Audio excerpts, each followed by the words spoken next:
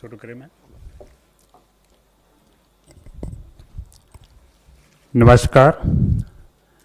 I welcome Honorable Finance Minister Srimati Nirmala Sitharaman ji, Minister of State Sri Anurag Thakur ji, Secretaries from the Ministry, friends from the media.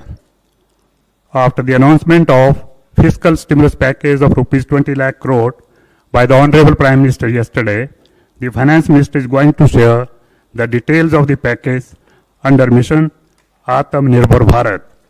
First, the Honorable FM and MOS will brief, then we will take some questions from you. Over to Finance Minister.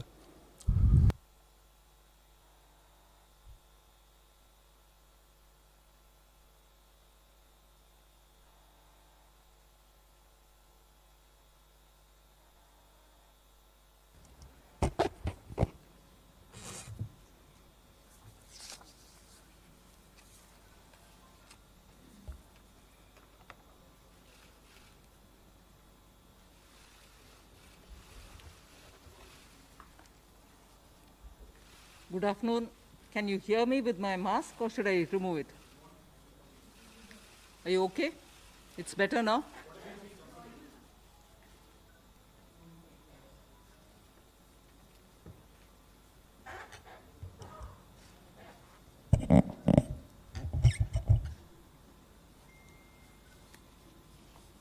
Good afternoon.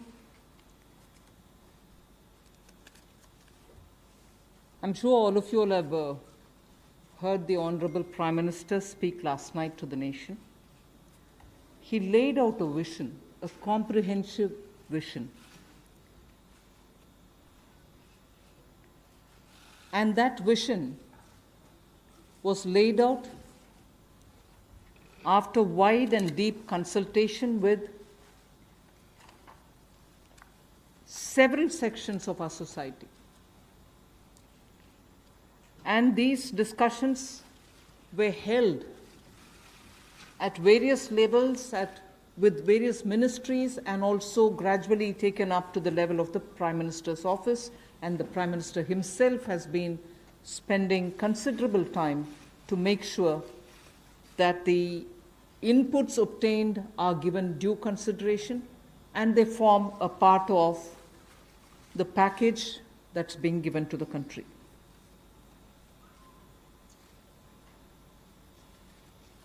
Essentially, this is to spur growth and to build a very self-reliant India. And that's where this whole initiative is called as Atmanirbhar Bharat Abhiyan.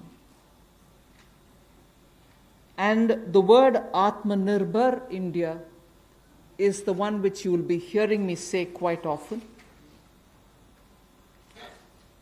I know, coming from South India, a lot of people wondered what it actually meant. So for their benefit, I'll just say what it means in the 4 languages, subject of course to perfectionist corrections. Suya Sarbu Bharadam in Tamil, Suya Adharita in Telugu, Suyam Asarittan in Malayalam, and Swayam Avalambita in Kannada. Subject to correction, it may not be the perfect translation, but something to take it closer to what it means. So Atmanirbhar Bharat is what we are talking about. And you heard the Prime Minister clearly say that this is going to be resting on 5 important pillars.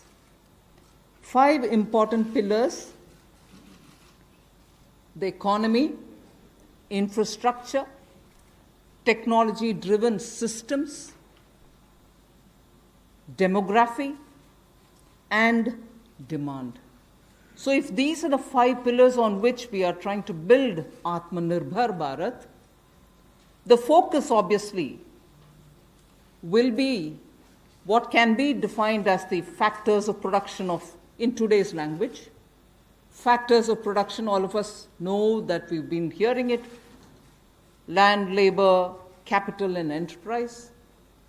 Today, we recast it, say it the same way, but then essentially referring to the very same factors of production, but in this Atmanirbhar Bharat, our focus therefore would be on those factors of production which are land, labor, liquidity, and law. So essentially it addresses issues of ease of doing businesses, ease of doing compliance and regulations being due diligence observed, and so on. And in this, the intention is to build brands. Intention is also to take local brands, and build them to a global level. So there is a global value chain integration also as a part of this vision which the Prime Minister has put before us. Certainly when he says Atmanirbhar Bharat, it is not to look inwards and cut India to become an isolationist country. It certainly talks about a confident India which can rest on its strengths and also be able to contribute to the globe, the way in which the Prime Minister rightly pointed out. The production of PPE and masks and also ventilators to an extent has rapidly grown within these 40 days. We have the capability, we have the enterprise to build such capabilities and help the world with it. And therefore, India shall continue contributing to the globe. You've also been seeing, I'm moving away from Prime Minister's last night's speech, you've been seeing that the government being led by Prime Minister Modi, even in 2014-19 regime, was a listening, was a sensitive, and also was a responding government. And that is why I list before you the various reform-driven steps which have been successfully taken. It's important for us to recall that now. Even as we talk about building a new India, building an India which is going to be Atmanirbhar.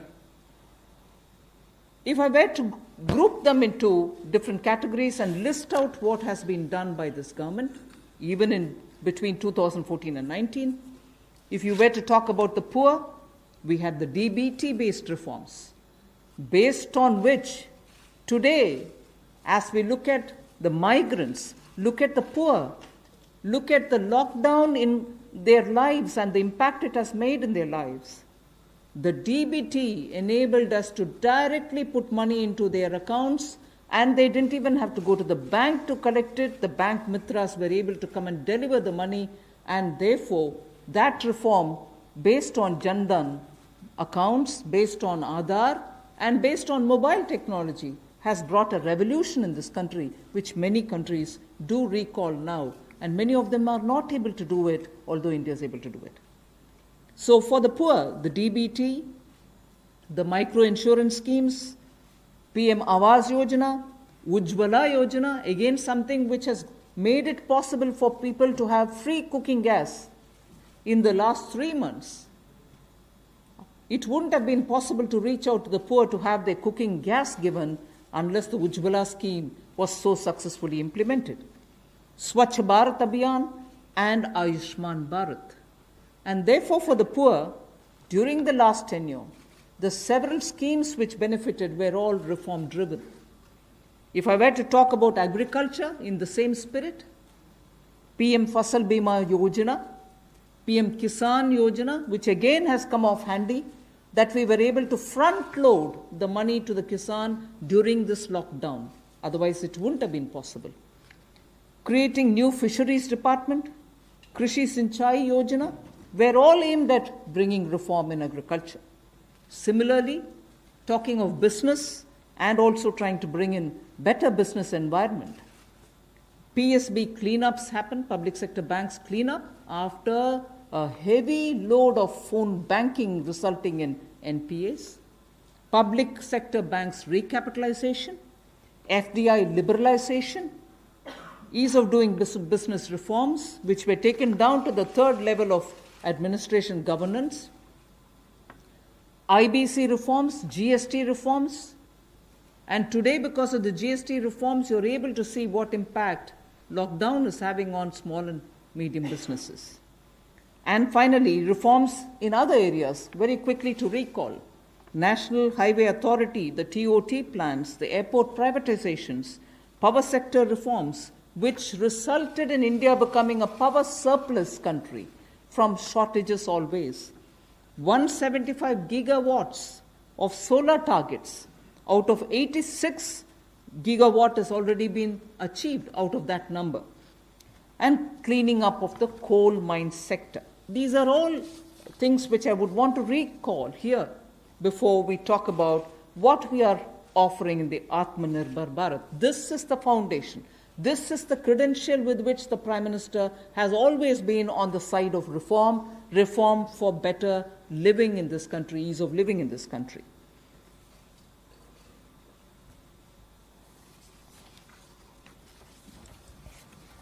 नमस्कार।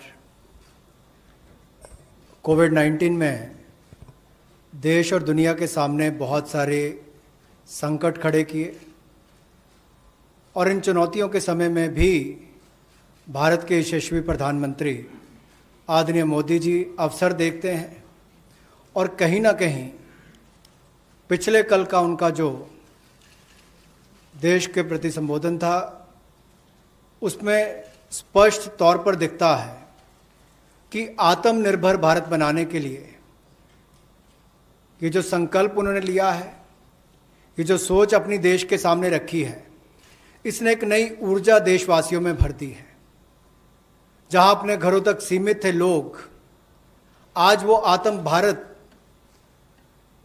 आत्मनिर्भर भारत बनाने के इस संकल्प में जुड़ने जा रहा है और संकट में अवसर देख रहा है। और शायद यही कारण है कि दुनिया के मुकाबले अगर भारत का देखा जाए तो इस लड़ाई में बहुत अच्छे कदम रहे। यहाँ तक कि दुनिया भर के देशों में दवाइयाँ तक पहुँचाने का भी संकट के समय में अगर किसी ने काम किया तो भारत की दवाइयों की कंपनियों ने किया, जिसमें भारत को बहुत प्रशंसा भी मिली है। यही नहीं, सबसे पहले कोविड-19 को चलते मोदी सरकार ने जो पहला कदम उठाया वो प्रधानमंत्री गरीब कल्याण योजना के रूप में लेकर आए कि देश के गरीब को भूखा ना रहना पड़े, उसको कोई दुख तकलीफ ना हो।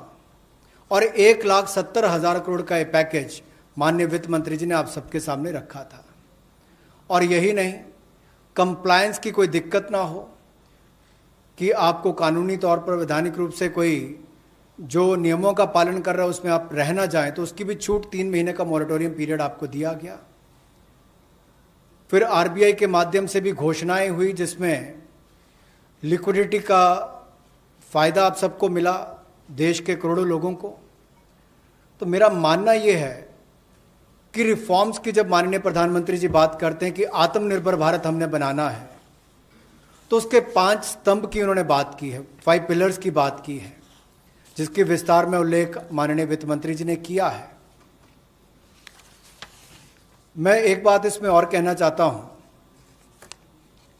कि ये जो हम इकोनॉमी की बात करते हैं, अर्थव्यवस्था की बात करते हैं, पहला स्तंभ आधारभूत ढांचा हमारा ऐसा हो जो आधुनिक हो।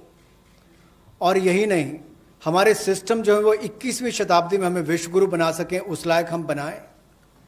वाइब्रेंट डेमोग्राफी की हम बात करते हैं, युवा शक्ति को हम राष्ट्र शक्ति और राष्ट्र निर्माण के रूप में लगाएं और उनका लाभ उठाएं।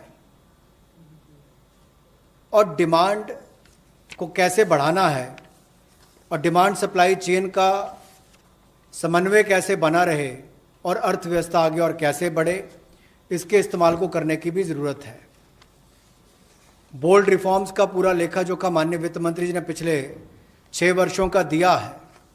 मैं यही कहूँगा, बड़े निर्णय करने के लिए मोदी जी जाने जाते हैं।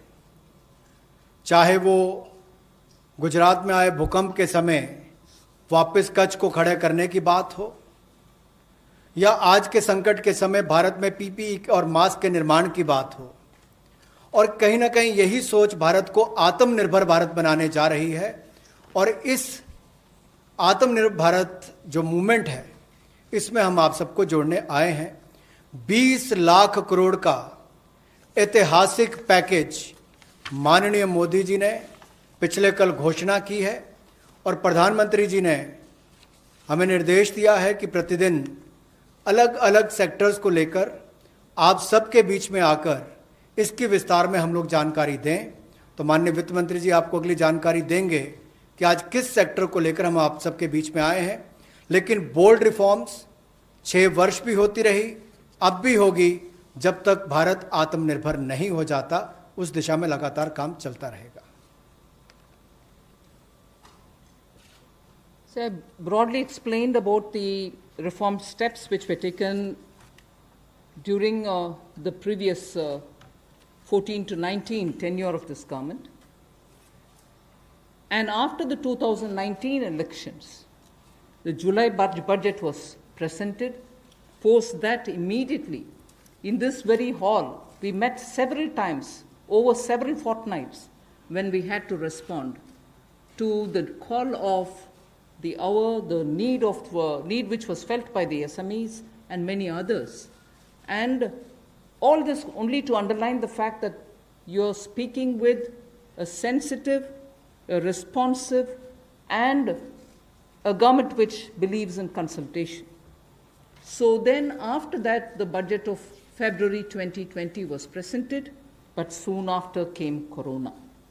And after the parliament session was concluded, within hours of the announcement of the lockdown, the PM Garib Kalyan package was announced, about which Amos has briefly referred. The numbers are something which are worth recalling here because we are going to have to build on that. 52,606 crores into DBT account of 41 crore bank account holders, the Jan Dhan account holders. 18,000 crore worth grain and pulse transfers happened, in which 48 lakh metric tons of wheat and rice have been distributed, costing 69 crores, to 69 crore account ration card holders. 71,738 metric tons of pulses have been distributed to 6.25 crore card holders. Aside from this, non-card holders have also been distributed grains. And I mentioned a minute ago about the Ujjwala scheme, which helps distribution of free cylinders. Divyang and old age pensioners have all been also given assistance. So after the lockdown, within a couple of hours, meaning within a day or two, we came with that announcement of the Garib Kalyan package. With that, there was also a compliance and also due diligence related deadline dates which were postponed so that ease of compliance could come in. Beginning today, I come over to speaking about today. Beginning today, for the next few days, I shall be coming with this entire team before you to put out the details of the vision which PM has put forth yesterday. So PM's vision for a self-reliant India, we will come with the details in various tranches beginning today, and we shall not forget in each of the tranches that we're talking about that we do have a responsibility towards the poor of this country, towards the needy of the country, towards the migrant workers of this country, the Divyang and the aged. So the tranches will of course be for all our convenience, suitably bringing grouped items which have some correlation. Alongside, you also had the Reserve Bank of India coming up with a lot of liquidity infusion, about which the data which will be shared with you all will go into greater detail about the quantum that they came up with, the LTROs and the TLTROs. I'm not getting into it so that you'll get the data, but we are not going into it. We also ensured, the Revenue Secretary is here, we also ensured that 18,000 crores of refunds through a special drive were given for all the income tax taxpayers. Drawback were also given the payments. So the intention being liquidity should be in the hands of the people. For all those who have up to 5 lakhs of refund dues, we cleared it. 14 lakh taxpayers have benefited because of that. So with that said, today the tranche has about 15 different measures, 6 of which pertain to the micro, small and medium enterprises. कुटीर लघु उद्योग के लिए 6 ऐसे कदम हम उठाएंगे. 2 relate to the Employees Provident Fund. 2 relate to the NBFCs, Housing Finance Corporations, and the MFIs, microfinance institutions. 1 relates to DISCOMs, 1 relates to contractors, 1 relates to real estate, and 3 are tax measures that we have taken. So I'll get into the detail of today's tranche of announcements. I said there are 6 major steps for the MSMEs. The first one, there is a collateral-free automatic loan for MSMEs which is being provided. This will give facility up to 3 lakh crores. 25 crore outstanding for those MSME units for whom 25 crore is the outstanding loan, or 100 crores whose turnover will benefit from this. These loans will have a 4-year tenure, and there will be a moratorium given for 12 months. These are going to be 100% credit guaranteed over as a cover given to banks and NBFCs on principal and interest. So this is going to be available till 31st October 2020. There are no guarantee fees, no fresh collaterals required. So I guess this will benefit 45 lakh units so that they can resume their business activity and also safeguard jobs.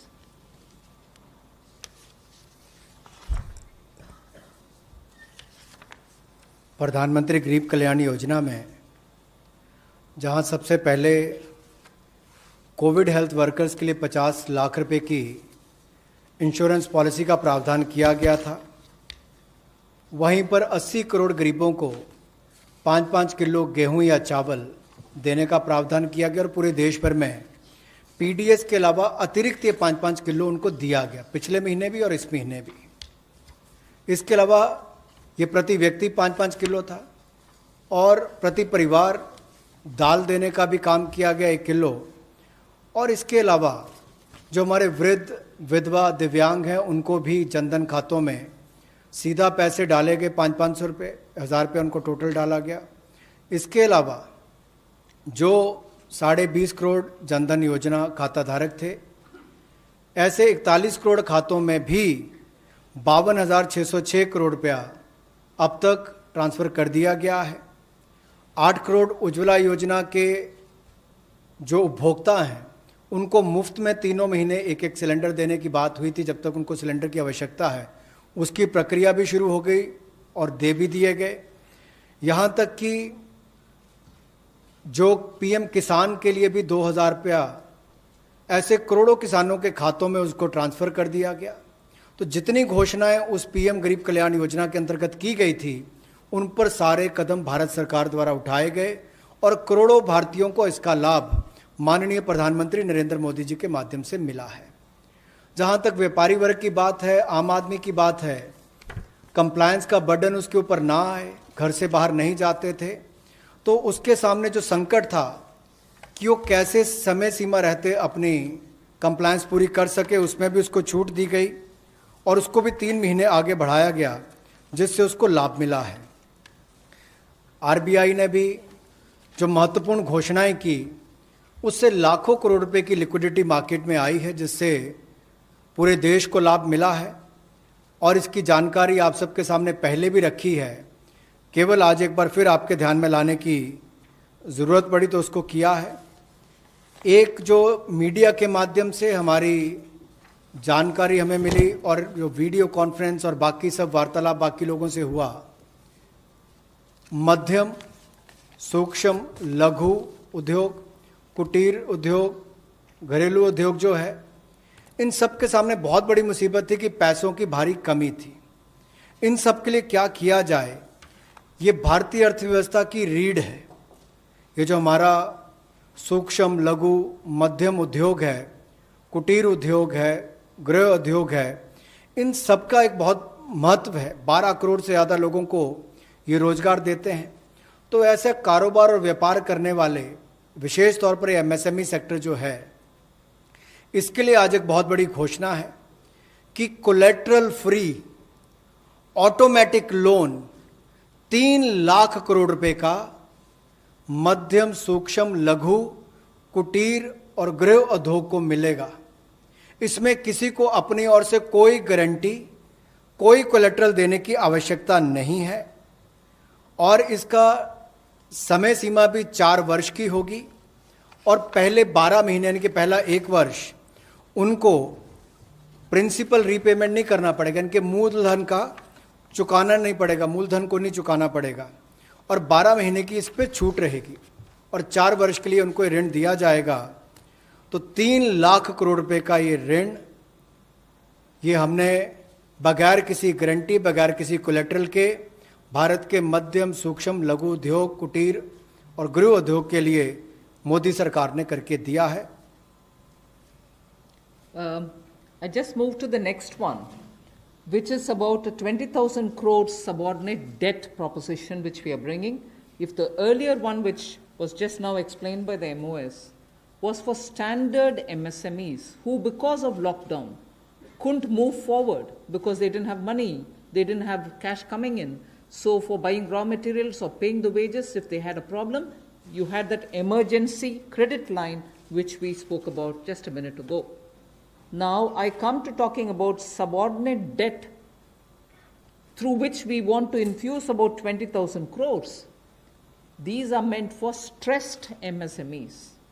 So if you're providing for the standard, you're now providing for the stressed MSMEs. Now the stressed MSMEs do have a problem of equity.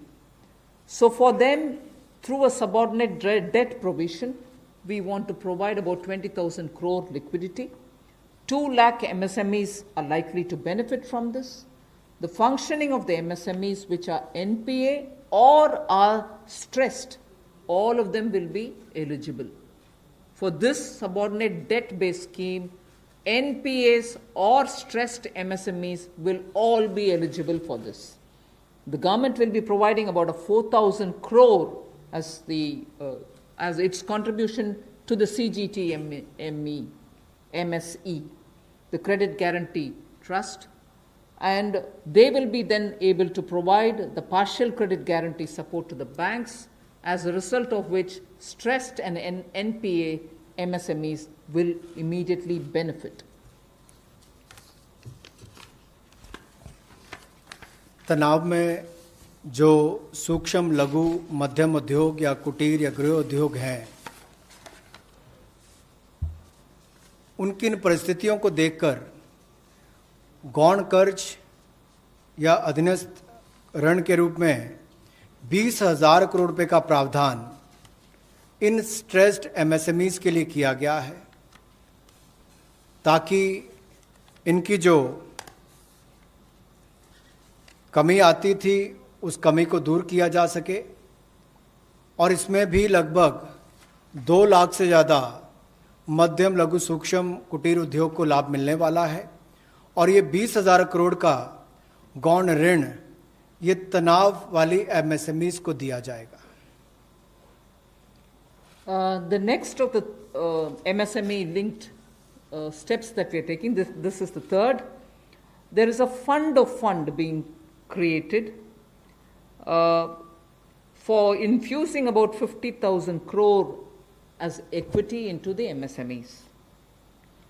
This will benefit those MSMEs who have the potential and who are viable. So we spoke about those who are standard.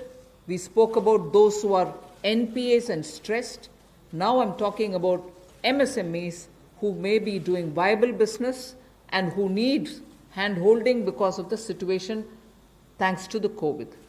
So this fund of fund, with a corpus of 10,000 crores, through mother fund and daughter fund framework, will be able to provide the growth potential MSMEs greater support, and this, we think, will help MSMEs to expand their capacities, and this will also encourage them eventually to get listed in the markets which they can choose. जो मध्यम लघु सूक्ष्म उद्योग अच्छा कर रहे हैं, विस्तार करना चाहते हैं, आगे बढ़ना चाहते हैं, लेकिन उनके आकार को बढ़ाने की या क्षमता को बढ़ाने की सुविधाएं नहीं मिल पाती थी, तो उसके लिए फंड्स ऑफ फंड्स का प्रावधान किया गया है और इस फंड्स ऑफ फंड्स के माध्यम से 50,000 करोड़ की इक्विटी इन्फ्यूजन होगी, ये हम करने जा रहे हैं। इससे इन सभी अच्छा काम करने वाले मध्यम लघु सूक्ष्म उद्योगों को अपना आकार और क्षमता बढ़ाने का अवसर मिलेगा। The next one is something which all of us have been waiting for a long time, about the definition of MSMEs. I'm sure you heard from several sources that this discussion has been going on. We have now come to a stage where we can happily announce that the definition being changed is being changed in favor of the MSMEs. Because there was always this fear in very successful MSMEs also, that if they outgrow the size of what is defined as an MSME, they lose the benefits that they get as an MSME itself. So outgrowing this definition meant outgrowing and going out of receiving benefits. Therefore, MSMEs preferred to remain within the definition rather than grow.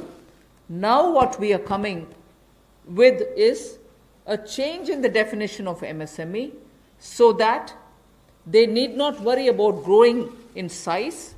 They will still be able to get quite a lot of benefits which otherwise, as an MSME, they had got.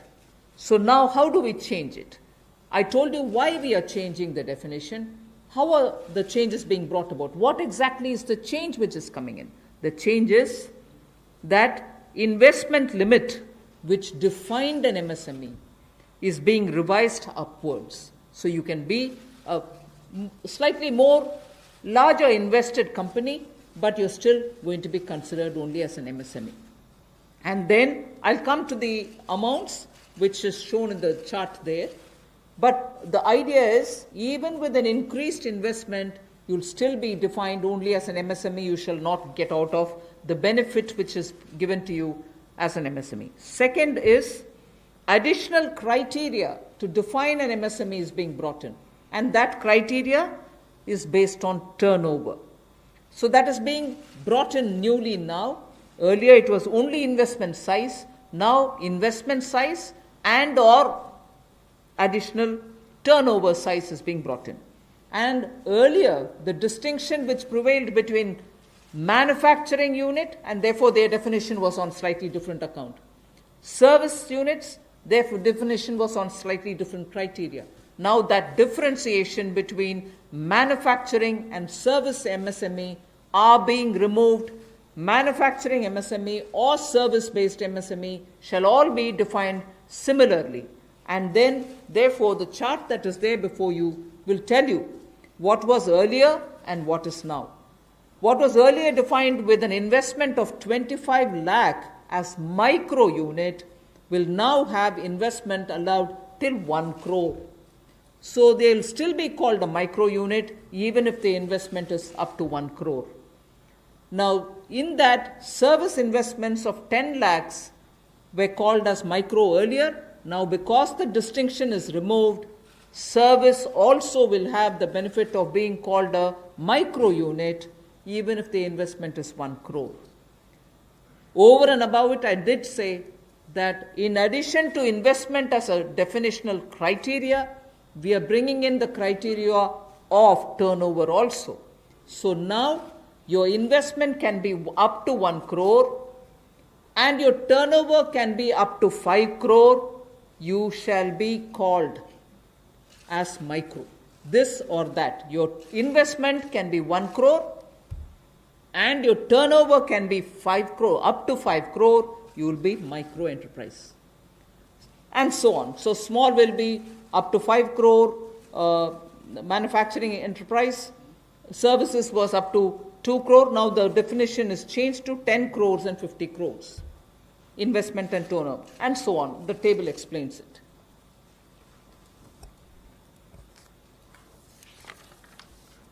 सूक्ष्म लघु मध्यम उद्योग में इसकी परिभाषा में कम दहलीज होने के कारण ये लगातार संकट रहता था कि अगर हम इससे बाहर जाएंगे तो हमें जो हमारे बेनिफिट्स मिलते हैं, लाभ मिलते हैं, उससे हाथ धोना पड़ेगा।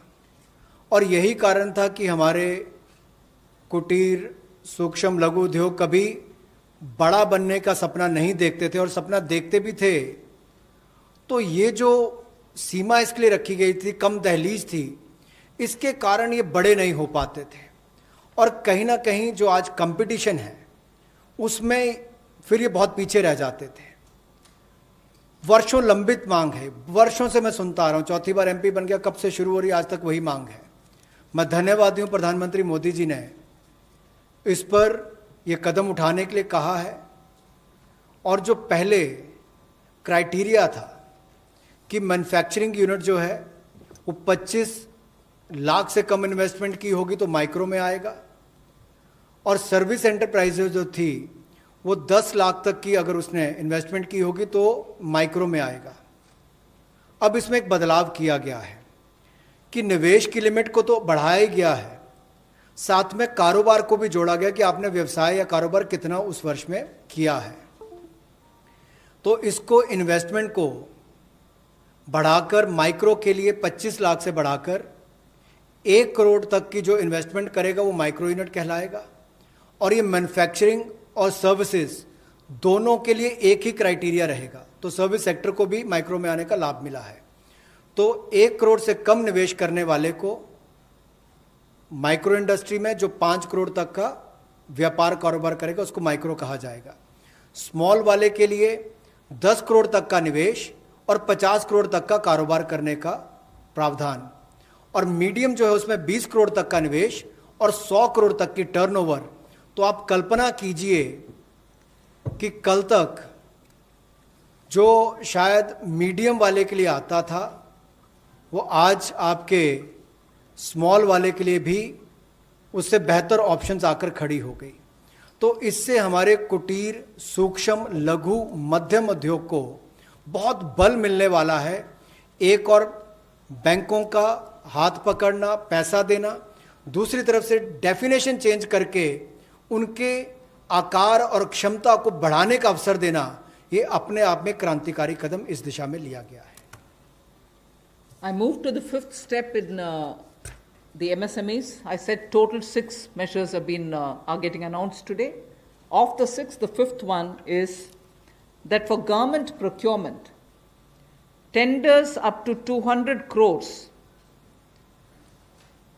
will no longer be on global tender route, meaning global tenders will be disallowed in government procurement for tenders up to 200 crores. Why is this being done?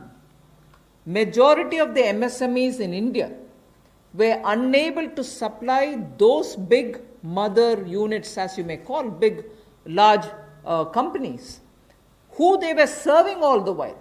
Suddenly the conditions became, based on the global tenders, unmatchable by our MSMEs. So they were disqualified from supplying to companies for whom they actually grew as ancillary units. As a result, many of our MSMEs were not anymore able to participate in supplying products to many of these large units. So by bringing this condition now, we are saying for global tenders worth 200 crores or less, particularly for government procurement, they need not be global tenders at all.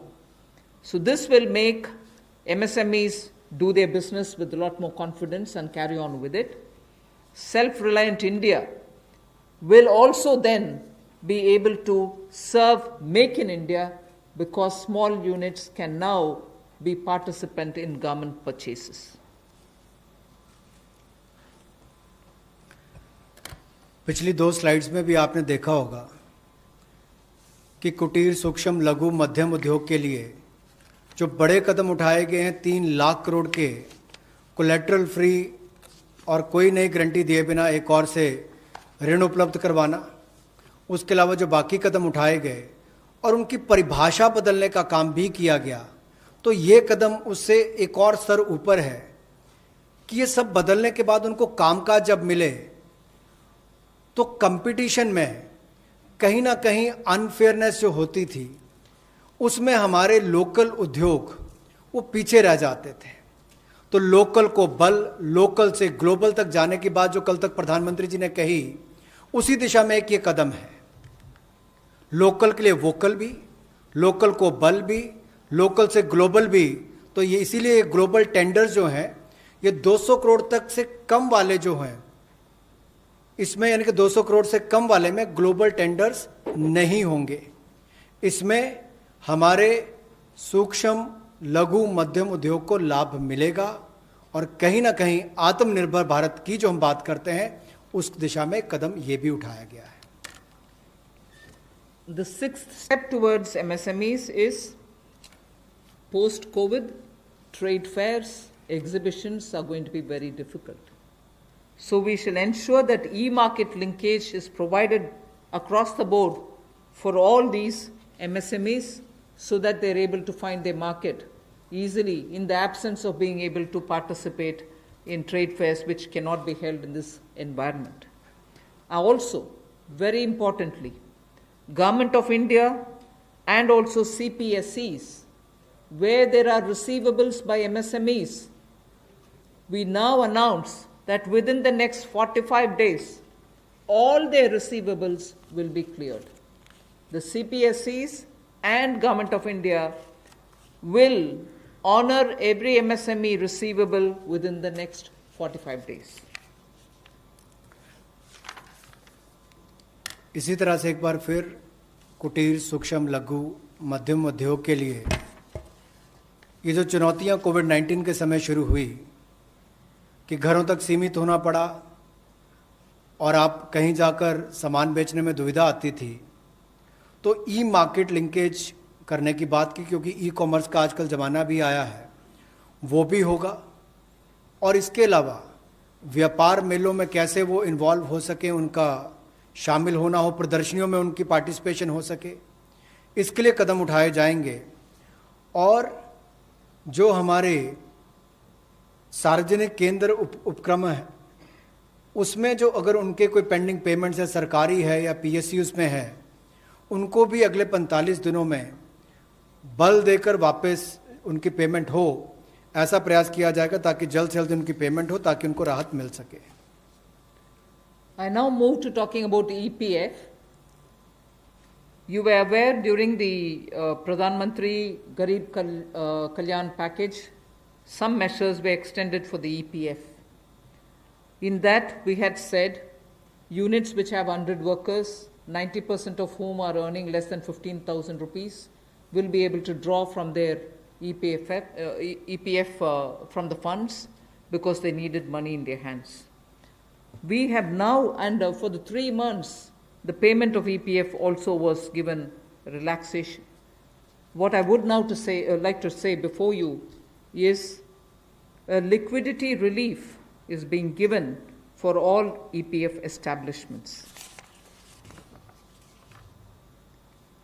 In this, 12% which is paid by the employer and 12% by the employee contribution. we extend the support which Government of India gave for another 3 months. We had given it for March, April, and May up to May 2020. The payments were made into their eligible accounts by Government of India for March, April, and May. Nearly 3.6 lakh establishments benefited from this. Liquidity relief of 2,500 crores to 72.22 lakh employees is now being proposed to be provided by extending this contribution for the next 3 months also. June, July, and August 2020, the EPF contribution will be paid by Government of India, and this shall provide 2,500 crore liquidity support. So what was given earlier for March, April, and May is now being extended for another 3 months, which will be June, July, and August, and therefore we shall be infusing 2,500 crore liquidity, and 72.22 lakh employees will benefit from it. 1,70,000 crore के प्रधानमंत्री गरीब कल्याण package में एक सुविधा दी गई थी कि EPF जो है, प्रोविडेंट फंड जो है, वो 12% जो कर्मचारी उसका भी और जो नौकरी देने वाला उसका भी 12% भारत सरकार देगी। और ये पहले 3 महीनों के लिए हमने किया था, जिसकी भुगतान कर भी दिया गया पहले 2 महीनों के लिए, और इसको अगले 3 महीने और बढ़ा दिया जाएगा। इसका प्रावधान भी जून, जुलाई और अगस्त के लिए कर दिया गया है। 3,67,000 ऐसी संस्थाओं के 72,22,000 ऐसे कर्मचारियों को इसका लाभ मिलेगा, जब कर्मचारी का 12% हिस्सा भी और नियोक्ता जो नौकरी देने वाला है उसका 12% हिस्सा भी भारत सरकार देगी, और ये कुल मिलाकर 2,500 करोड़ के लगभग का लाभ इनको मिलेगा। The next on EPF again, in order to provide more take-home salary for the employees and also to give relief to employers in the payment of PF for those which have not been covered under the earlier description, which is if you have 100 employees, 90% of whom are drawing less than 15,000, we announced a scheme earlier, which I'm extending for another 3 months. That's what was announced a minute ago. The second one in EPF now is the statutory PF contribution for those who are not covered in the earlier one is being reduced from 12% to 10%. So for the next 3 months, employers need to pay only 10% and not 12% so that they will have some more money in their hands. However, for the central public sector enterprises and for state PSUs, we will continue to pay 12%. So this reduction is not for the government. However, government employees government employer still pays 12%. But employees in these public sector undertakings will be given the advantage of paying only 10%. So a liquidity relief of 6,750 crores for both the employee and employer will be available for the next 3 months.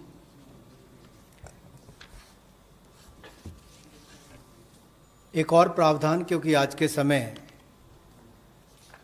पैसा कर्मचारी के हाथ में भी कैसे ज़्यादा हो, इसमें भी एक बड़ी राहत देने का प्रयास इसमें किया है कि जो ईपीएफ कंट्रीब्यूशन है, जो उनका ईपीएफ का योगदान है, वो ऐसे संस्थानों के लिए और कर्मचारियों के लिए 12% से कम करके 10% अगले 3 महीनों के लिए किया गया है। इससे कर्मचारी भी और संस्थान दोनों को लाभ मिलेगा। लेकिन जो सरकारी हमारी संस्थान है, सेंट्रल पीएससीज हैं, इनके लिए 12% ही रहेगा, उसमें कोई बदलाव नहीं किया गया है। तो इससे कुल मिलाकर 6,750 करोड़ रुपए का लिक्विडिटी सपोर्ट इनको मिलेगा और एक तरह से 6,750 करोड़ रुपया ज़्यादा इनके हाथ में आएगा। The next one is about non-banking financial companies, housing finance corporations, and microfinance institutions. We have been hearing, in spite of a lot of steps which the RBI took, in spite of all the provisions that we made between the July budget and the February budget, it was felt that the NBFCs were not able to get enough resources. And particularly, some NBFCs which were not very highly rated had particular difficulties in comparison to the others. So, Government of India now launches a 30,000 crore special liquidity scheme. Under the scheme, investment will be made in both primary and secondary market transactions, where investment grade debt papers, this is not infusing equity, this is taking and buying debt papers of NBFCs, housing finance corporations, and microfinance institutions. And not high quality debt papers, they can be investment quality also. So, this we expect will have an impact on those struggling NBFCs who need money to carry on with business. And these NBFCs are also those who have been funding MSMEs. So, in order for these NBFCs to keep their network of MSMEs served, this infusion is absolutely necessary. And these securities with which you're going to buy these debt papers will be fully guaranteed by Government of India. They will be fully guaranteed by Government of India. We hope that this will also bring in a lot of difference for NBFCs who have access to small and micro units, and therefore we want to ease the flow of credit through these NBFCs who have only not so good debt papers in their hands.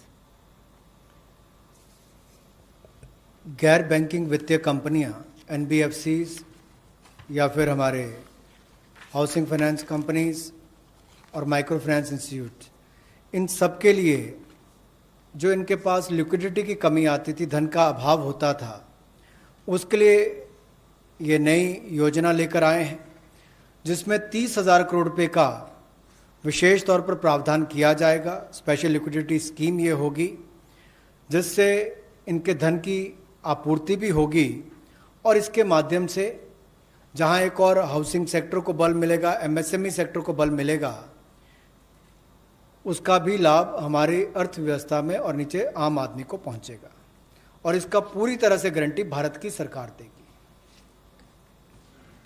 The next facility also for the NBFCs is to give 45,000 crore liquidity infusion through a partial credit guarantee scheme for the NBFCs in particular. This is an existing scheme, but we are expanding its scope.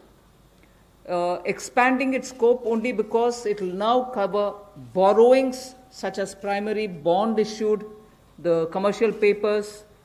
So all these will constitute the liability side of the balance sheet, but we are getting into that area also. But in this case, as different from the previous one, 20%, the first 20% loss alone will be borne by the guarantor, which is Government of India. The first 20% loss. So in this again, AA rated papers below and also below that will all be included. Even unrated papers will be eligible for investment. This we think will help many of the microfinance institutions, and with this, if money goes into their hands, even based on unrated papers, we guess they will have liquidity to reach out to the MSMEs who may be in the far-flung areas. जहां पहली 30,000 करोड़ की liquidity guarantee scheme लेकर आए थे NBFCs के लिए, HFCs और MFIs के लिए, वहीं पर अब आंशिक ऋण गारंटी योजना, ये लगभग 45,000 करोड़ रुपए की एनबीएफसीज का इसमें प्रावधान किया गया है। इसमें भारत सरकार गारंटर होगी, जो 20% का नुकसान इसके द्वारा वहन किया जाएगा। और यही नहीं, इसमें AA पेपर और इससे भी नीचे वाले जो हैं उसको भी इसमें पैसा मिल पाएगा, ऋण मिल पाएगा। और इसके अलावा जो अनरेटेड पेपर एलिजिबिलिटी है इन्वेस्टमेंट के लिए, वो भी इसमें प्रावधान किए गए हैं, ताकि ज़्यादा इसका स्कोप बढ़ सके, ज़्यादा लोगों को इसका लाभ मिल सके। और कुल मिलाकर इससे भी नई लैंडिंग जो है, यानी कि कर्जा दिया जा सके सूक्ष्म लघु मध्यम उद्योग को और आम नागरिकों को भी मिल सके, उसके लिए इसका प्रावधान किया गया है। I move over to talking about the DISCOMs. DISCOMs today are facing unprecedented cash flow problems. They desperately need help. Otherwise, they are unable to pay the power generating companies. You know, all the states, DISCOMs are in serious crisis. So in order to help them, there is a emergency liquidity injection, which is happening to the extent of 90,000 crores. Now the Power Finance Corporation, REC, the Rural Electrification Corporations, both of them put together will infuse liquidity of 90,000 crores to all the DISCOMs against all the receivables that they have. They're sitting there without getting paid. In turn, they are not able to pay the GENCOs. In turn, the GENCOs are wondering where they will have more money to pay for producing electricity. And at a time when we are talking about Atmanirbhar Bharat, at a time when we are also rightly claiming the credit for having made India a surplus power generating country, we've reached a stage where DISCOMs don't have money because they're sitting with receivables. So we are now making a provision, a one-time provision, for PFCs and RECs to infuse that money into the DISCOMs against their receivables, and who in turn, this will be done with the state issuing guarantees. The guarantee, the amount which is being infused on guarantees being given by states. Now, obviously, having received that infusion of money, the DISCOMs will pay the GENCOs. GENCOs in turn will clear their dues and keep the cycle moving. Now, what does this do to the customer? The customer, we want the benefit to be passed on to the customer. We are in fact telling the central public sector generation companies that they shall give rebate to those DISCOMs which shall pass these benefits to the final customer. So we are making it clear to the central public sector generation companies that on receiving the money from the DISCOMs, they should be able to pass it on again back to the consumers. So this is a one-time infusion of liquidity for cash-desperate DISCOMs.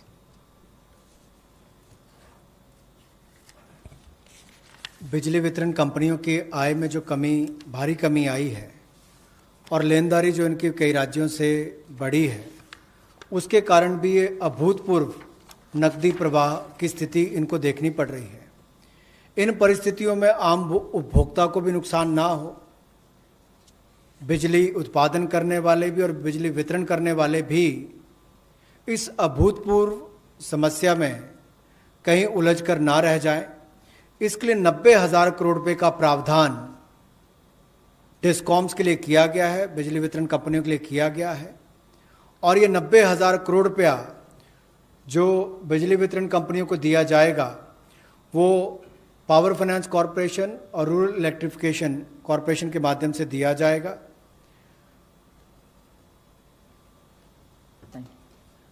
I move over to the next, which deals with contractors.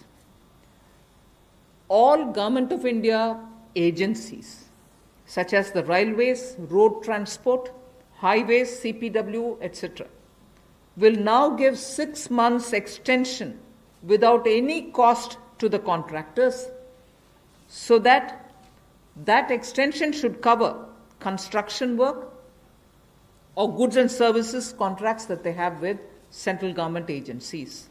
They can take additional 6 months to comply with the contract conditions.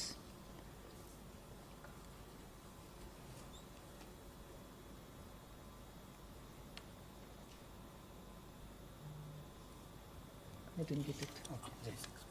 Up to 6 months. So the extension is up to 6 months, is what I'm being told. Okay.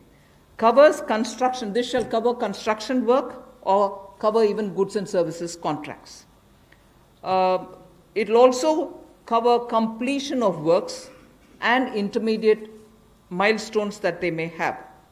This will also cover and extend concessional period which is given in PPP contracts. So even the concessional periods will get extended up to 6 months.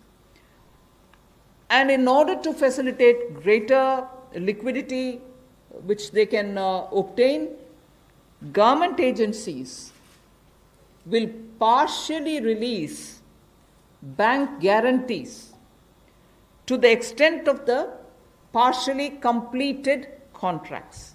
So if a particular contract is completed to some extent and not fully, to that some extent, the partial bank guarantee will also be released so that the cash flow will improve. जहां एक और पहले 200 करोड़ तक के tenders global नहीं होंगे, एक वो राहत दी गई। अब उसके बाद जो अभी काम हमारे कॉन्ट्रैक्टर्स कर रहे हैं देश भर में, चाहे वो रेलवेज का हो, सड़कों का हो, हाईवेज का हो, सेंट्रल पब्लिक वर्क्स का हो, अलग अलग डिपार्टमेंट्स के हों, क्योंकि कोविड के कारण ये समस्या खड़ी हुई, तब उनको 3 महीने से ज़्यादा 6 महीने तक की राहत इसमें दी जा सकती है एक्सटेंशन के रूप में, ताकि उनको कोई खामियाजा ना भुगतना पड़े। और जो ऑब्लिगेशंस थी उनकी, उसके कारण दिक्कत आ सकती थी, इसलिए प्रावधान किया गया है ताकि मुकदमेबाजी या बाकी सब ना हो और मानसिक रूप से भी ठीक रहे और अच्छा काम करके समय पर पूरा कर सकें। तो 6 महीने तक की इनको राहत दी गई। और यही नहीं, जो पीपीपी कॉन्ट्रैक्ट है उसमें भी जो कंसेशन पीरियड है उसमें भी ये राहत 6 महीने तक की दी जा सकती है, पर मैक्सिमम जो है 6 महीने तक हो सकता है। केस टू केस मैटर करेगा। और जो सिक्योरिटी दी जाती थी पार्शियल, उसको रिलीज़ किया जा सकता है आंशिक रूप से। मान लीजिए मैं कोई ठेका लिया है, 70% किसी ने काम किया और उसके एवज में उसकी आंशिक रूप से वो बैंक गारंटी को वापस किया जा सकता है, ताकि उसके पास और लिक्विडिटी और काम करने के लिए आ सके। एक बहुत बड़ी राहत इस तरह से कॉन्ट्रैक्टर्स को भी देश भर में देने का एक प्रावधान किया है। 80% की होगा तो उसके अनुसार, 60% की होगा तो उसके अनुसार, लेकिन कुल मिलाकर उसके पास पैसा ज़्यादा आए ताकि वो काम काज में उसको कहीं दिक्कत ना आए। I've come to the last two of today's announcements. One relate to the real estate, which is what I'm doing now. The next has direct taxation related reliefs, which has 3 different aspects. So the last two, one is on the real estate and the next is on the taxation. In the real estate matter, the Urban Development Ministry shall issue advisory to the states and the union territories so that the regulatory authorities are given clear picture that they can treat the COVID-19 period as an event where you can invoke the force measure. In other words, they can treat it as an act of God, and to that extent be flexible about the execution of the contract signed. This will also mean that with the necessary changes, they will have to issue fresh project registration certificates. They can extend the registration and the completion dates. Suo motu, they can do it by 6 months for all registered projects, expiring on or before 25th March 2020. So using the force majeure clause, they can suo motu extend the registration and completion date by 6 months if the project was registered on or after 25th March 2020. So there need not be individual applications separately for it. They can suo motu do it. They can also issue fresh project registration certificates automatically with revised timelines. So this way, people who had entered into a contract and got fixed because of the coronavirus will not suffer. These measures, we think, will de-stress developers, and real estate industry, which is already in difficulty, will benefit with the new timelines. कोविड-19 का प्रभाव हमारे real estate projects पर भी पड़ा होगा, और इसके लिए ही ministry of housing and urban development ये राज्य की सरकारों को और यूटीज़ को एडवाइस भी करेगी कि उनकी जो रेगुलेटरी अथॉरिटीज़ हैं वो ये प्रावधान करें कि जो रजिस्ट्रेशन और कंप्लीशन डेट है उसको सुओ मोटो 6 महीने तक आगे बढ़ा दिया जाए, और इसकी जो 25 मार्च तक जो एक्सपायरी डेट थी यानी कि उसको 6 महीने तक आगे बढ़ा दिया जाए, और इसमें कोई इंडिविजुअल एप्लीकेशंस मंगवाने की आवश्यकता नहीं है। जो 25 मार्च तक थी उसको वैसे ही 6 महीने तक का आगे विस्तार कर दिया जाए, उसको आगे अवधि को आगे बढ़ा दिया जाए। रेगुलेटरी अथॉरिटीज़ को भी यही अनुरोध किया गया है, और इसमें ministry of housing and urban affairs के माध्यम से जाएगा कि 3 महीने तक पीरियड उसको भी आगे बढ़ा दिया जाए, और जो फ्रेश प्रोजेक्ट रजिस्ट्रेशन सर्टिफिकेट्स हैं वो भी रिवाइज टाइमलाइंस के साथ दे दिए जाएं। तो इसी तरह से रेरा के अंतर्गत जो टाइमलाइंस है उसको आगे बढ़ाने की जो बात कही गई है इसमें विस्तार में कही गई। I move over to talking about the tax-related proposals, which is my last. You're fairly familiar with the TDS and the TCS tax deductions which happen. We have now, from, let us say, tomorrow till 31st March 2021, reduced the TDS rates and the TCS rates by 25% of the existing rate. So if the existing rate is 100, it will be reduced by 25%. This shall apply to all payments, if they are payment for contracts or professional fees or interest or rent or dividend or commission or brokerage. All of these will be eligible for this 25% rate reduction. Through this, and as I said, this will be coming into force from tomorrow and last till March 31st, 2021. And this we think, this reduction we think will release nearly 50,000 crores in the hands of the people who otherwise would have paid it as TDS. This reduction alone is going to give 50,000 crores back to the people, in the sense it will be in their hands rather than coming in as payment of taxation. जो TDS rates हैं वो सभी non salaried payment वालों को, residents को, और TCS rate जो है उसमें 25% की कटौती की गई है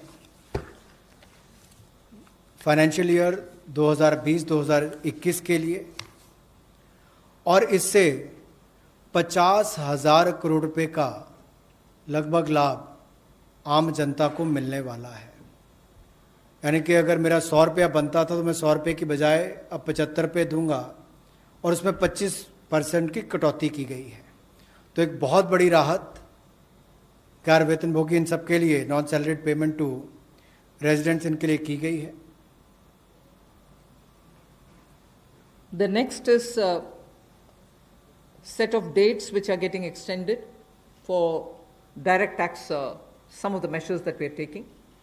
All pending refunds to charitable trusts and non-corporate businesses and professions, including that of proprietorship, partnership, LLP and cooperatives, shall be issued immediately. I did mention at the beginning that we have already refunded quite a lot of refunds which were either 5 lakhs or lesser to individuals who waited for their refund for a long time, and through that nearly 14 lakh people had benefited.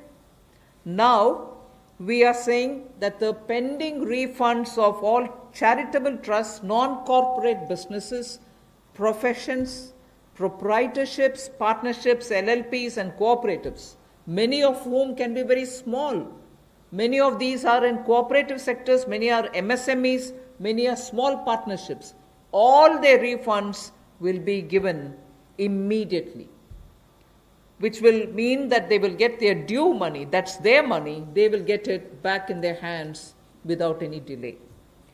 Then the due date of all income tax returns for the year 2019-2020 are now being extended from 31st July 2020 and 31st October 2020 to 30th November 2020, and tax audits from 30 September 2020 is being changed to 31st October 2020. So that is a measure which will help people not to worry about how they are going to do their compliance, will they be able to file their returns or not.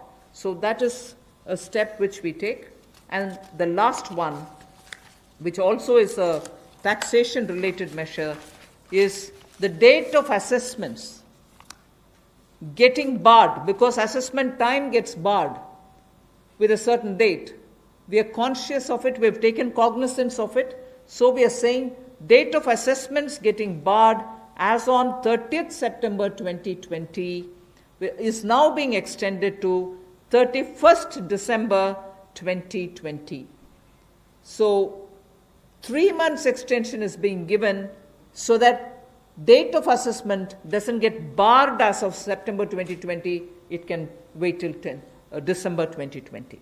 And also, those getting barred on 31st March 2021, we are saying this in advance, those getting barred as of 31st March 2021 are being extended to 30th September 2021.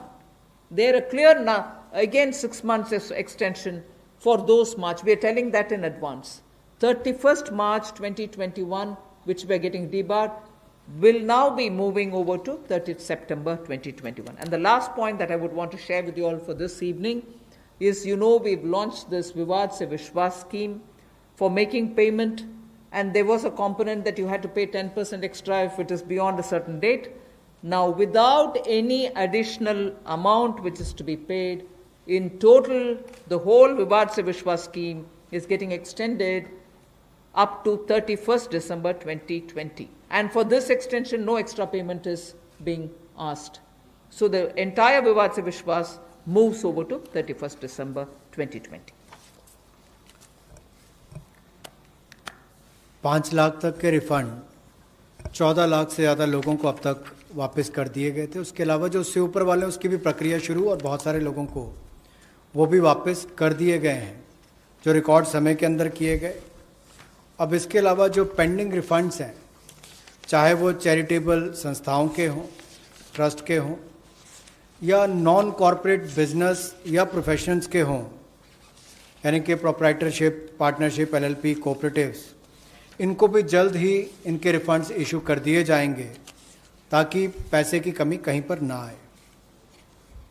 Income tax की return के लिए जो due date थी वित्तीय वर्ष 2019-20 के लिए, उसको 31 जुलाई 2020 और 31 अक्टूबर 2020 से बढ़ाकर 30 नवंबर 2020 कर दिया जाएगा, और टैक्स ऑडिट को भी 30 सितंबर 2020 से बढ़ाकर 31 अक्टूबर 2020 कर दिया जाएगा।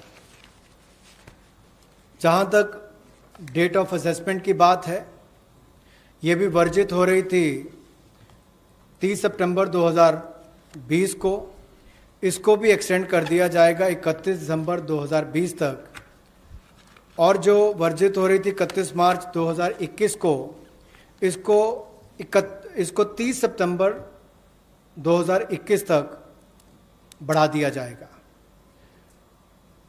मैं एक बार फिर कह देता हूं, जो डेट ऑफ असेसमेंट्स जो बार हो रही थी 30 सितंबर 2020 को, उसको 31 दिसंबर 2020 तक बढ़ा दिया गया है, और जो बार हो रही थी 31 मार्च 2021 को, उसको 30 सितंबर 2021 तक बढ़ा दिया गया है। विवाद से विश्वास स्कीम बजट के समय भी हम लाए थे, लेकिन इन अभूतपूर्व परिस्थितियों के चलते इसको भी, जिनको पेमेंट करनी है, कोई अतिरिक्त पेमेंट ना किए बिना, एडिशनल अमाउंट दिए बिना, इसको 31 दिसंबर 2020 तक एक्सटेंड कर दिया गया है, ताकि आप 2020 31 दिसंबर तक पेमेंट कर सकते हैं। उसमें आपको कोई अतिरिक्त पेमेंट नहीं करनी पड़ेगी। मैं धन्यवाद करना चाहूँगा फाइनेंस मिनिस्टर का, MOS फाइनेंस का, for detailed briefing to all of us on these particular subjects. Madam, with your permission, 2 questions we are going to take online and 4 questions we can take from the hall here. So first I take the question online. How does the government plan to finance rupees 20 lakh crore stimulus? Maybe this is a question I should answer after I finish all my announcements on the various tranches. But government has also given a slightly altered schedule, the borrowing schedule. So that is one of the ways, that is, I repeat, that is one of the ways in which we are also expecting to finance. But the other details about how exactly are we going to get financing this will be probably more appropriately answered after we finish announcing all the tranches. Okay. Number 14. मेरा सवाल ये है कि borings को लेकर के पहला सवाल था, इस पे थोड़ा सा अगर आप और बताना चाहें कि इतने बड़े पैकेज के लिए सरकार फिलहाल बोरिंग को लेकर के क्या योजना है, आने वाले वक्त में किस तरीके का और प्रावधान करने की योजना है। और दूसरा ये कि जो बैंक गारंटी, जो लगातार बैंक पिछले 2-3 महीने में ये इस बात को लेकर के चिंतित थे कि कुछ सेक्टर्स पर लोन देने के लिए वो ज़्यादा पॉजिटिव नज़र नहीं आ रहे थे, और बैंक गारंटी, सरकार से गारंटी को लेकर के वो लगातार अपील कर रहे थे। ऐसे में आपको लगता है कि इस बड़े पैकेज के बाद में बैंक की तरफ से लोन देने की शुरुआत हो पाएगी और लिक्विडिटी फ्लो की जो कोशिश है उसको कामयाबी मिलेगी? मैं आपके सेकंड क्वेश्चन को जवाब दे देती हूँ, बट फर्स्ट क्वेश्चन अब शायद दोबारा बोलना पड़ेगा, मैं ध्यान से शायद सुने नहीं। सेकंड क्वेश्चन के लिए मैं जवाब ये दे रही हूँ कि ये गारंटी का विषय जो आपने उठा रहे हैं कि बैंक से भी मांग था, उसके लिए तो आज गारंटी का विषय भी हमने घोषणा कर चुके हैं। सो उसके कारण हम ये मानते हैं कि बैंक्स में थोड़ा और तैयारी होगी।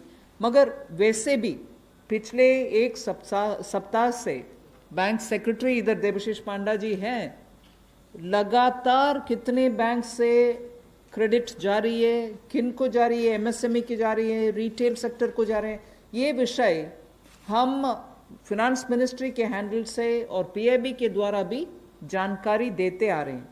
इसमें हम स्पष्टता से ये समझें कि बैंक्स लोन देने से संकोच नहीं कर रहे हैं। सैंक्शन किए हुए लोन्स हैं जिसमें बैंक का ये कहना है कि सैंक्शन करने के बाद भी कस्टमर आकर के लॉकडाउन खत्म होने के बाद हम आकर लेंगे, प्लीज तब तक आप पैसा रिलीज ना करें। ऐसे रिक्वेस्ट कस्टमर रख रहे हैं बैंक के सामने। मैं ये नहीं कह रही हूं सभी कस्टमर्स ऐसे बोल रहे हैं, मगर ज्यादातर कस्टमर्स ये बोलने की वजह से सैंक्शनड लोन का विवरण हम दे रहे हैं हर 2 दिन के एक बार, फिर भी वो अमाउंट रिलीज क्यों नहीं होता। और ये भी प्रश्न उठते हैं कि क्यों बैंक्स रिवर्स रिपो में, रिजर्व बैंक में लगातार पैसा डाल करके आ रहे। कारण यही है कि सैंक्शन करने के बाद भी क्लाइंट्स उनके अपने चॉइस पर कह रहे हैं कि लॉकडाउन निकालने के बाद, हटने के बाद हम पैसा रिलीज करवाएंगे आपसे। सो ये भी है विषय, हम इसका पूरे हर पहलू अंडरस्टैंड करने का आवश्यकता है। Your first question? That's all right. That's covered. Number 12. I'm Sapna here. Very good afternoon. Ma'am, 2 questions. A lot of queries are coming from various quarters that after the announcement of the additional borrowing by the government last Friday of 4.2 lakh crore approx, how much is of that's going to be taken care in terms of meeting the revenue gap, ma'am? And the stimulus which you've just mentioned. And ma'am, in today's announcements, would you be able to give us any indication as to what would be the cash outgo by the government? I think your first question is largely addressed already about where are we going to get the money from, and is the debt market going to be able to receive the announcement that's been made by the government last Friday. Yes, you're seeing how the market is responding, and that's no secret. It's not something anyone can hide. It's public domain information. I have broadly indicated the amounts, but in any case, end of the all the announcements, 4 or 5 announcements, you'll get to know. And in any case, the Honorable Prime Minister has clearly said what is the total size of the stimulus package. Ma'am, related question online hai. Does the package announced by the Prime Minister yesterday is a standalone one, or it is inclusive of earlier package of 1.7 lakh crore and the other security item 65 lakh crore liquidity measures announced by the RBI? Does this all include? As I said, whoever has asked that question online can wait till all the announcements are made. Here. Number 9. Ma'am Monika ji business ma'am MSME sector में पहले से ही बहुत ज़्यादा liquidity crunch था और UK Sinha committee ने ये सारी रिकमेंडेशंस पहले से ही दे दी थी, तो इतना समय क्यों लग गया? क्या हम लॉकडाउन का इंतज़ार कर रहे थे? और दूसरा ये कि अप्रैल के जीएसटी नंबर्स अभी तक नहीं आए हैं, तो एमएसएमई सेक्टर से काफ़ी कंप्लेंट्स आ रही हैं और वो काफ़ी रिक्वेस्ट कर रहे हैं कि एक जीएसटी एमनेस्टी स्कीम उनके लिए आ जाए, तो क्या हम उसकी आशा कर सकते हैं? एमएसएमई के लिए अभी इतने सारे घोषणा, पता नहीं मुझे क्यों आप उसको लॉकडाउन के लिए हम इंतज़ार के कौन इंतज़ार करते हैं जी लॉकडाउन के लिए? आप क्षमा कीजिए, मुझे कैसे उसका जवाब देना है पता नहीं चल रही है।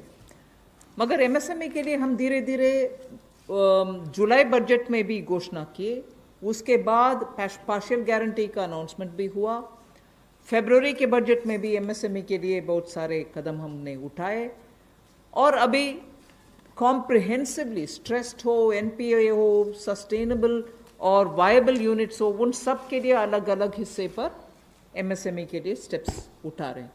और जीएसटी रेवेन्यू के ऊपर रेवेन्यू सेक्रेटरी को मैं बोलूंगी कि प्लीज। नंबर 13। आपने जो सवाल पूछा कि जीएसटी का जो अप्रैल महीने का फिगर अभी तक डिक्लेयर नहीं किया है, आपको मालूम है कि जीएसटी के जो रिटर्न्स फाइलिंग के डेट्स है वो सब एक्सटेंड हो गए हैं। एक बार जब अगर एक्सटेंड कर दिया जाए कि हमने बहुत सारे रिटर्न्स कहा है कि जून तक भरना है, या जो 5 करोड़ से ज़्यादा के जो लोग हैं उनको भी हमने टाइम दिया है, तो एक्सटेंशन देने के बाद अब जो ये जो फिगर्स है इसके बारे में स्पष्ट स्थिति जो है तो हमें 30 जून तक ही मिल पाएगा हमें। तो इसीलिए हम लोगों ने उस फिगर को अभी तो जो लोग पैसे दे पा रहे हैं वो दे पा रहे हैं, बाकी लोग 30 जून तक उनको अवधि दी गई है, उसके बाद ही हमें स्पष्ट स्थिति मालूम पड़ेगा कि कितना पैसा आया, किन लोगों ने रिटर्न फाइल किया है। जहाँ तक कि आपने एमएसएमई की बात की, जीएसटी रिफंड इस एक महीने में, अप्रैल महीने में टोटल इस फाइनेंशियल ईयर में अब तक करीब 11,000 करोड़ लोगों को जीएसटी का रिफंड दे दिया गया है। 11,000 करोड़ एक महीने में, और उसकी संख्या भी मैं बताऊं अगर तो करीब 27,000 लोगों को आईजीएसटी का रिफंड मिला है, और जो बाकी जो जीएसटी का जो रिफंड है करीब 1,39,000 लोगों को जीएसटी का रिफंड मिला है। Madam Sunil Prabhu, NDTV. Just 2-3 points. One, of course, was on the fiscal deficit. Where do you keep the target now? Because this is something that you didn't visualize it. Prabhu, just may I intervene? Please focus your question on today's briefing part, because as Madam told, It's part of that, sir. 4-5 series briefing will be here, so please focus for the today's briefing. That is one part of it, madam. The fiscal deficit and, the states asking for FRBM and, certain measures which you have been part of the deliberations in that aspect. The second is that when you say the EPF and this package that is being given to MSMEs, especially, there is unemployment that is taking place. How are you going to safeguard that, through various measures? vis-a-vis this, and what exactly is the outlay that we are envisaging in terms of from the finance ministry? You've actually sort of spread like a bird's eye view of what's going to come. So I might want you to wait for the next announcements. 33. Yeah. That's why I said it's 33. Ma'am मैं शैलेश हूँ NI से।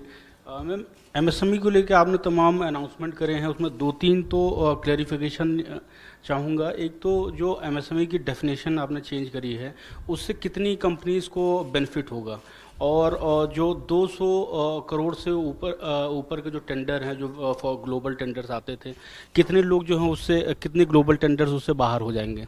और ma'am एक सवाल मेरा ये है कि जो आज आपने अनाउंसमेंट करा है और जो इंफ्रास्ट्रक्चर का 1 लाख करोड़ का जो आप लोगों ने टारगेट करा है, उसमें से कितना इसमें अनाउंस हुआ है या अलग है कुछ?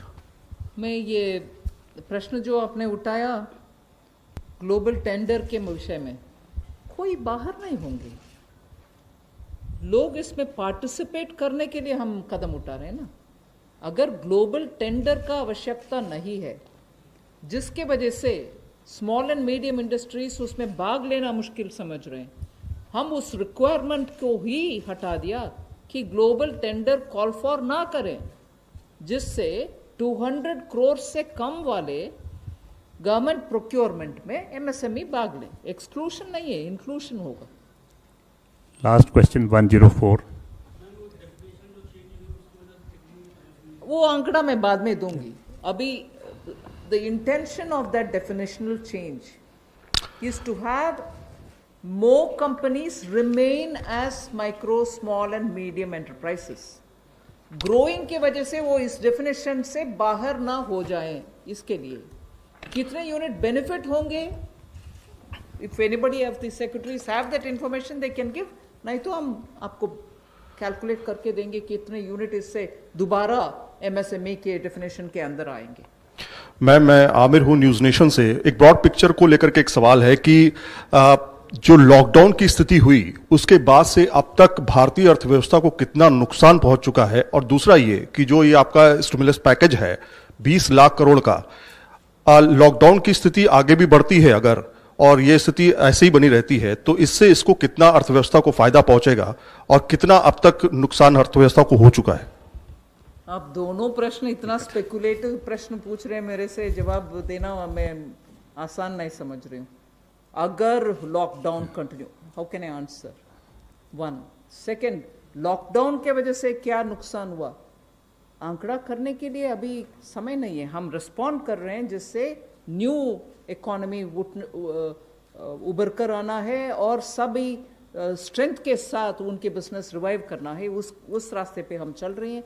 इसीलिए I can't answer even your first question, I am sorry. Where from this question is coming? Please just last question has already been taken. I know that there are large number of questions today, but friends, as we are meeting regularly for next 2-3 days, so please it's end of thought, sir. I thank madam and thank the MOS. Thank you very much.